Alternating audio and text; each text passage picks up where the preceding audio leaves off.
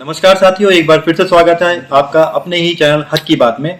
आज एक बहुत ही मुख्य विषय पे हम बातचीत करने जा रहे हैं।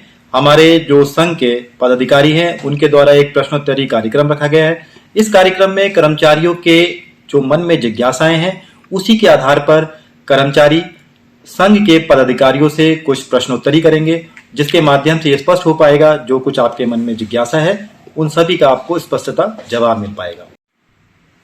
नमस्कार दोस्तों, 24 सितंबर को जो डेट लगी है कोर्ट में उपनल कर्मचारी के संबंध में, उसी संबंध में आज कुछ प्रश्न उत्तर यहाँ पे होंगे। तो पहला प्रश्न मेरा सीधा सा यही है जो सभी कर्मचारियों के मन में है कि जो 24 सितंबर को कोर्ट के लिए सहयोग करना है वो कैसे करना है, कहाँ करना है। उसके संबंध में हमारे महामंत्री, उपनल संविदा समिति के महामंत्री, वो उसका अच्छा सा जवाब देंगे और दिशा निर्देश बताएंगे कि कैसे करना। तो कृपया महामंत्री जी आप प्रकाश डालिएगा कि कैसे सहयोग करें। बिल्कुल सही, अच्छा क्वेश्चन पूछा। हमने पूर्व में भी कई बार कई माध्यमों से हमने ये बताया है कर्मचारियों को कि वर्तमान में जो कुंदन सिंह केस उपनल संविदा कर्मचारी देख रहा है, जिसमें कि अब संयुक्त मोर्चे में हमारे महासंघ भी आ गए, उनकी पदाधिकारी गुदियाल जी ने भी खुद ही अपने बातों से कहा है कि हाँ कि भी ठीक है कि ये जो कुंदन सिंह का जो मुख्य केस है वो उपनल संविदा कर्मचारी संघ के ही मुख्य खाता जो हल्द्वानी में है उसमें ही सब लोग सहयोग करें। क्योंकि कर्मचारियों के अंदर यही भ्रांति आ जाती है कि हम किस संगठन को करें, किस आदमी को करें, किसके कहने पे करें। तो हमने उन सबको उसका निराकरण के लिए हमने एक हल निकाला है कि अब वर्तमान में जो एक खाता है जो हमने हमेशा समय समय पर फ्लैश आउट भी किया है, आपने देखा होगा, तो उसमें डाली गया। और साथ में इसके साथ एक बहुत अहम चीजें हैं, क्योंकि कर्मचारी क्या होता है अपने अपने विभागों से पैसा इकट्ठा करके जिसको भी देना दे देता है, लेकिन उसकी सूची नहीं देता है। हम भी चाहते हैं वो चाहे वो किसी को भी दे, पहले तो किसी पर्सनल अकाउंट में ना दे, क्योंकि हमने सख्त मना किया है कि कोई भी किसी के निजी खाते में कोई भी पैसा नहीं डालेगा, चाहे वो शायद मैं ही क्यों ना हो, चाहे वो कोई भी पद धारण करता हो। लेकिन किसी की अगर मजबूरी है कि वो किसी और संगठन की कार्यकारिणी, किसी के अपने संगठन की कार्यकारिणी बनी है, वो उसमें जमा करना चाहता है, तो फिर तो उसके लिए भी एक हल निकाला हमने कि वो वहां देने से पहले जिन कर्मचारियों का जो भी नाम है वो ग्रुप में, जितने भी ग्रुप जुड़े हैं उस ग्रुप में ये पर्सनली मेरे जो हमारे नंबर उनके पास होंगे वो हमको भी इससे साझा करें, ताकि हमारे तक भी सूचना जाए कि आपने अपना पैसा, अपनी सूची उस संगठन को या फलाने संगठन को दिया है, वो फिर हमको ये उपनल संविदा कर्मचारी संघ को ट्रांसफर करेगा। ये भी एक पारदर्शिता का काम करेगी इससे। हाँ बिल्कुल, कि पारदर्शिता नहीं होगी तो फिर कर्मचारी के मन में बहुत सारे सवाल आएंगे और हम किसको पूछेंगे कि आपने, आपके कर्मचारी ने उनको आपको पैसा दिया तो आपने क्या इनको दिया वापस। तो ये सवाल अपने आप में बहुत बड़ा है, इसको समझिएगा, सोचिएगा, उसके बाद ही आप कहीं भी दीजिएगा। और लिस्ट में जो है उनका नाम, उनका मोबाइल नंबर और कितनी धनराशि एक प्रत्येक कार्मिक के द्वारा दी गई है उसके बारे में पूरा विवरण, ताकि हमें पता लग जाए कि आपकी राशि आ गई है और कहाँ गई है, हम पता है। कम से कम ये है कि वो जवाब सवाल करने की स्थिति में होंगे कि हमने भाई देखो ये ग्रुपों में डाला, आपने भी देखा, और अगर ऐसा कोई कर भी रहा होगा, वो चाह भी रहा होगा कि मैं अपने पर्सनल खाते में मंगा लूं, तो उसे भी डर लगेगा कि नहीं भाई ये तो सारी चीजें ग्रुपों में चली जाएंगी, तो कल की डेट में मुझसे कोई सवाल।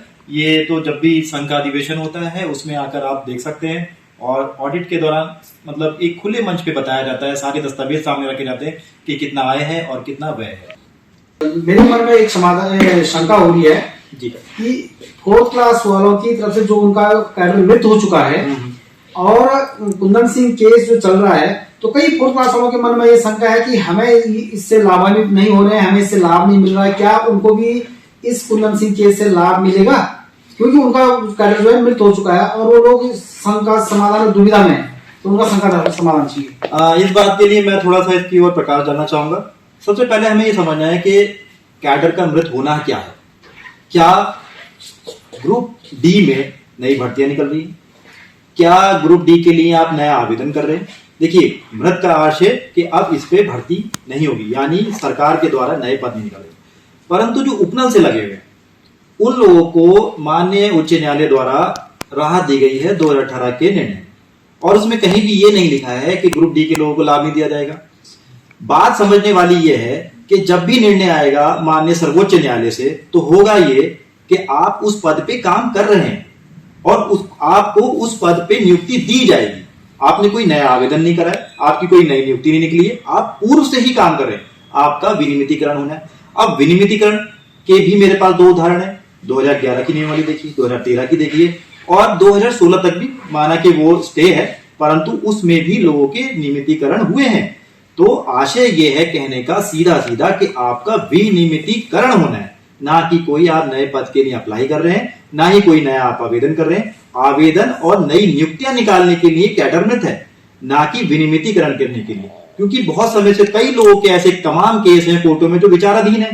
तो ऐसे तो जो 2006 से पहले उनके केस विचाराधीन थे और उनको नियुक्ति दे दी गई कोर्ट का ऑर्डर आने के बाद, तो वो कैडर को मृत मान के उसको कहा जाए? नहीं, ऐसा नहीं है। ये सब बातें जो है बिल्कुल भी मिथ्य हैं और गलत हैं। इन भ्रांतियों में बिल्कुल ना आए। और साथ ही साथ मैं तो ये भी कहना चाहूंगा कि माननीय उच्च न्यायालय की जो वेबसाइट है उस पर आप जाइए, वहां से जाके आप उसको ऑर्डर को डाउनलोड करिए, उसका हिंदी में रूपांतरण करिए, गूगल ट्रांसलेटर है उसमें ट्रांसलेट करिए। दूसरे की बातों में आते क्यों है? भ्रम में फैलने की जरूरत ही नहीं, कोई भ्रम में मत आइए, उसे ट्रांसलेट करिए और देखिए कि क्या ऐसा कोई शब्द लिखा है कि ग्रुप डी के लोग नहीं आएंगे, और स्वयं से पुष्टि करिए। इतनी आसानी से आप भ्रम में ना आए, सत्यता की पड़ताल करें और सत्य को स्वयं जाने, किसी और के मुख से ना जाने। तो मुझे लगता है कि विजय, आपने जो कर्मचारियों की ओर से सवाल पूछा था, और इस बीच के बाद शायद उन लोगों को काफी संतुष्टि मिलेगी, राहत मिलेगी, क्योंकि ये सब चीजें खुले मंच पे है।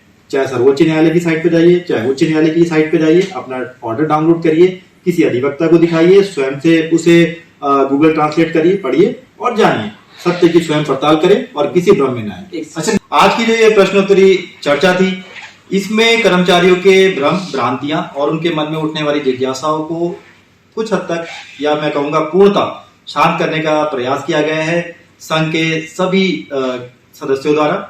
और क्योंकि ये प्रश्नों के माध्यम से ही अगर चीजों को जाना जाए, समझा जाए, तो बेहतर तरीके से हम समझ पाते हैं। जैसा कि पहला प्रश्न ये था कि कर्मचारी कहां पर अपना सहयोग करें। दूसरा प्रश्न ये था, क्या ग्रुप डी वालों को इस कोर्ट केस से आने वाले निर्णय से लाभ मिलेगा या नहीं मिलेगा। तो इन दोनों विषय में हमने बड़े ही विस्तार से बताया कि जो भी कर्मचारी अपना सहयोग करेंगे वो संघ के खाते में करेंगे, यानी उत्तराखंड उपनल संविदा कर्मचारी संघ हल्द्वानी के रजिस्टर्ड जो अकाउंट है उसी में अपना पैसा डालेंगे। यदि वे किसी के किसी भी कारणवश व्यक्तिगत खाते में भी डालते हैं और वो चाहते हैं कि उनके पैसे की पारदर्शिता बनी रहे, तो उस पैसे को उन्होंने जिस व्यक्ति को भी भेजा है या जितने लोगों का भेजा है उसकी एक लिस्ट बनाए, उस लिस्ट की में उनका नाम लिखें, फोन नंबर लिखें, कितना अमाउंट दिया है और किसको भेजा है, सभी ग्रुपों में प्रसारित कर दें, ताकि आपके पैसे का सही उपयोग हो सके, सदुपयोग हो सके और वो जो कर्मचारियों के कल्याण के लिए कोर्ट में लगना है सही जगह पर लग पाए। ना आपके साथ कोई छल हो और ना ही संघ को इस बात का गम हो कि हमें पैसा मिला ही नहीं। दूसरी बात ये आती है कि ग्रुप डी के लोगों को लाभ मिलेगा या नहीं मिलेगा। तो माननीय उच्च न्यायालय का ऑर्डर आप अपने साइट से निकालें और उसे पढ़ें गौर से और उसमें देखें कि ऐसी क्या कोई बात लिखी है और सत्य की पड़ताल करें, तो आप ये जान पाएंगे कि कहीं भी ऐसा नहीं लिखा है कि ग्रुप डी के लोगों को लाभ नहीं मिलेगा। ग्रुप डी के लोगों को भी लाभ मिलेगा, यानी सभी लोग जो उपनल से कार्यरत हैं उन सभी को इस कोर्ट केस का लाभ होगा। तो आप लोग इन सभी बातों से अब भिज्ञ हो चुके होंगे और किसी भ्रांति में नहीं आएंगे और भ्रम में नहीं आएंगे और आने वाली 24 तारीख में बढ़ चढ़कर अपना सहयोग करेंगे। और जो लोग अभी भी सोच रहे हैं कि हम संकोच करें, तो कृपया संकोच मत करिए, क्योंकि आपका ये संकोच बहुत बड़ा दंश बन जाएगा पूरे उपनल कर्मचारियों के लिए।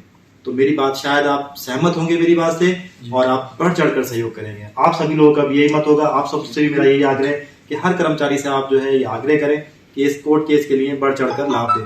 दूसरा एक सवाल आता है कि हम कितनी बार सहयोग करें। तो देखिए, कोई भी मर्ज होता है यानी कोई बीमारी होती है तो उसका इलाज तब तक किया जाता है जब तक कि वो ठीक ना हो जाए। तो यूं ही समझ लीजिए कि ये हमारी जिंदगी का एक मर्ज है और इसका इलाज तब तक करना है जब तक हम इसका पूरा इलाज ना पा जाए। धन्यवाद। धन्यवाद।